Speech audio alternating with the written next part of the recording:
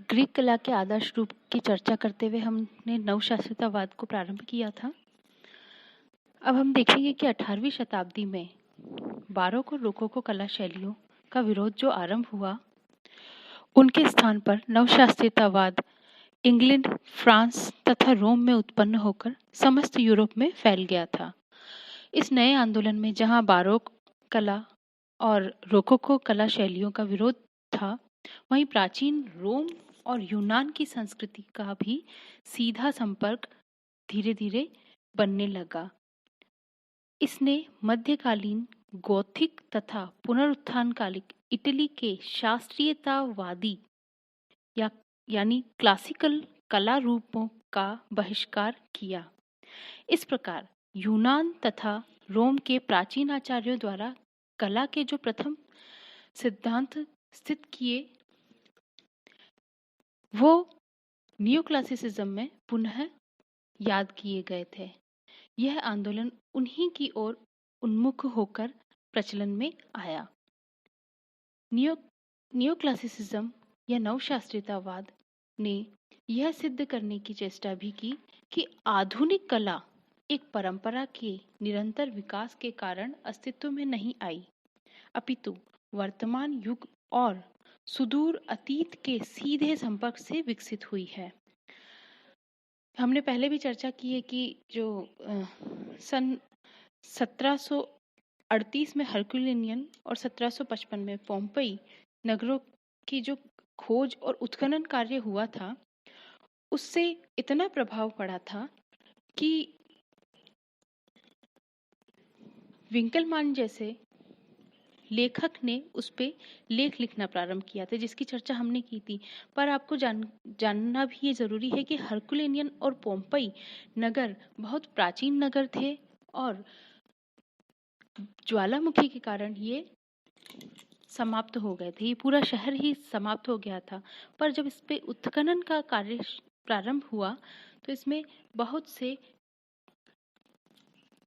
उत्कृष्ट कलात्मक चित्रों के और मूर्ति कला, स्थापत्य कला के उदाहरण हमको देखने को भी प्राप्त हुए थे, जिसको विंकलमान ने अपने लेखों में प्रस्तुत भी किया।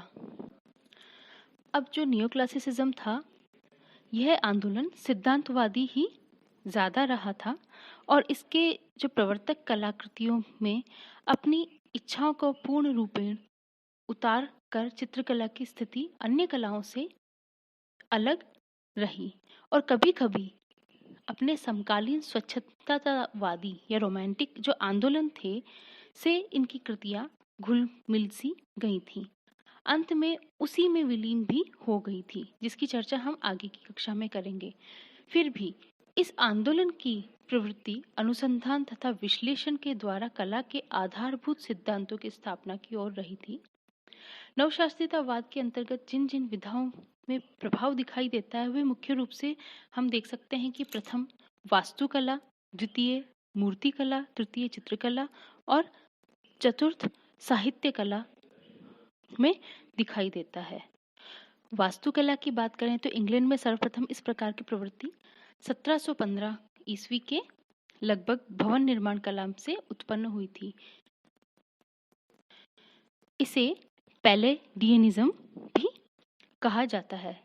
कहीं कहीं मूर्ति कला में इसका प्रभाव दिखाई देता रहा था।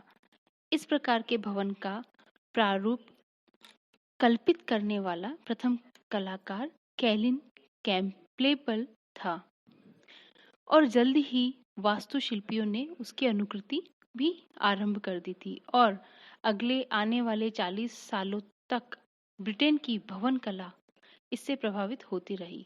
इस शैली की विशेषताएं स्पष्टतः समग्रता और संयम में निहित थी तथा तीखे कोणों वाली सरल रेखाओं से निर्मित आकृतियों, अलंकरणों, विहीन स्तंभों आदि में इसका प्रयोग किया गया था। यद्यपि फ्रांस में इस प्रकार के विचार 1706 में ही व्यक्त किए जा चुके थे, किंतु कलाकृतियों में नए आंदोलनों का प्रभाव बहुत देर से दिखाई दिया। प्रायः 1750 के पूर्व फ्रेंच भवनों में शास्त्रीयता की प्रवृत्ति नहीं आ पाई थी। 1730 ईस्वी के आसपास के भवन प्राचीन रोमन कला के अनुकरण पर बनने आरंभ हुए थे और इसी प्रकार 1750 ईस्वी के लगभग ही इंग्लैंड, फ्रांस तथा रोम में कहीं-कहीं अन्य स्थानों पर भी बारोक कला के प्रति विरोध स्पष्ट रूप से सामने आ गया था। लोग इसको अर्थहीन, संयमहीन और केवल प्रदर्शन की वस्तु समझने लग गए थे। इसी प्रकार आगे चलकर रोकोको कला शैली को भी एक पतित शैली मानने लगे थे। इन शैलियों का स्थान लेने वाली नई शैली गंभीर और बुद्धिगत संगतता, शास्त्रीयता पर आधारित थी। इस विचार से मूर्तिकला कुछ कम तथा चित्रकला उससे भी कम प्रभावित हुई।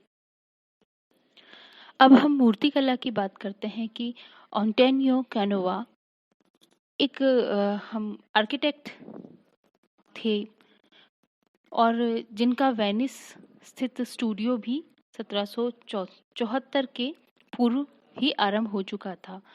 वे नवशास्त्रीय मूर्तिकार के रूप में सर्वाधिक प्रसिद्ध भी हुआ और अंतर्राष्ट्रीय ख्याति में अपने समय के बहुत आगे था।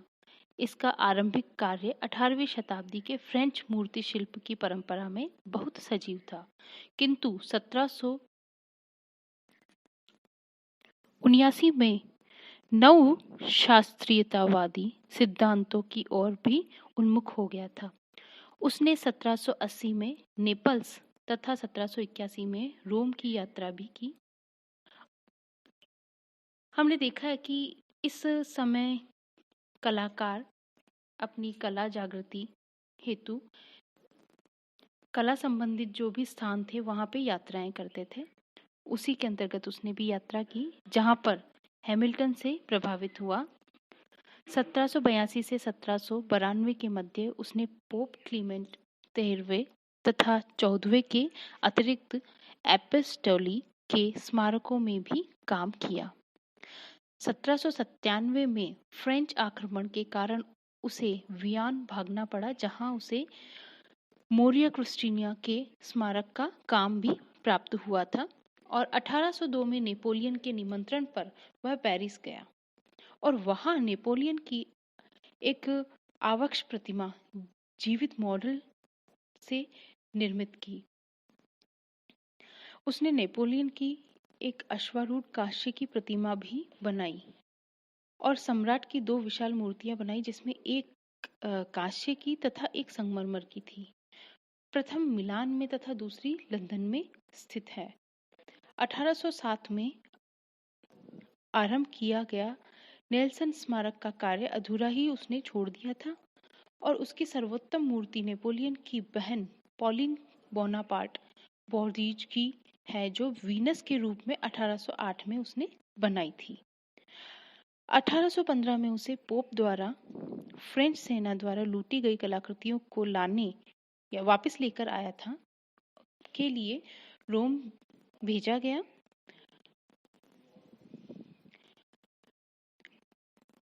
रोम से भेजा गया था और पेरिस वो गया और सफल होने के पश्चात पोप ने प्रसन्न होकर उसे मोर्शेदार एशिया की उपाधि भी दे दी थी। एक कलाकार था जॉन फ्लेक्समैन। ये इंग्लिश नवशास्त्रीय मूर्तिकार के नाम पे जाना गया था और अपने समय में यूरोप भर में प्रसिद्ध रहा। 1767 में उसने प्रथम प्रदर्शनी लगाई। अपने आरंभिक जीवन में ही वो जॉर्ज रोमानी का मित्र भी बन गया था तथा 1770 में उसने रॉयल एकेडमी की शिक्षा संस्था में प्रवेश लिया। लगभग उसी समय उसकी भेंट विलियम ब्लेक से हुई थी। विलियम ब्लेक जो बहुत प्रसिद्ध कलाकार भी हुए थे आगे जाकर, जो गोथिक कला के आधार पर या गोथिक कला के पक्षधर भी थे और उसके आधार पर वो अपना कार्य भी करते थे। 1775 में उसने इट्रस्कन के जो बर्तन थे उनके जो पात्र के रूप में उन्होंने नवशास्त्रीयता वादी जो डिज़ाइंस थी उसके अंदर इट्रस्कन पात्रों को भी डिज़ाइन किया था। आरंभ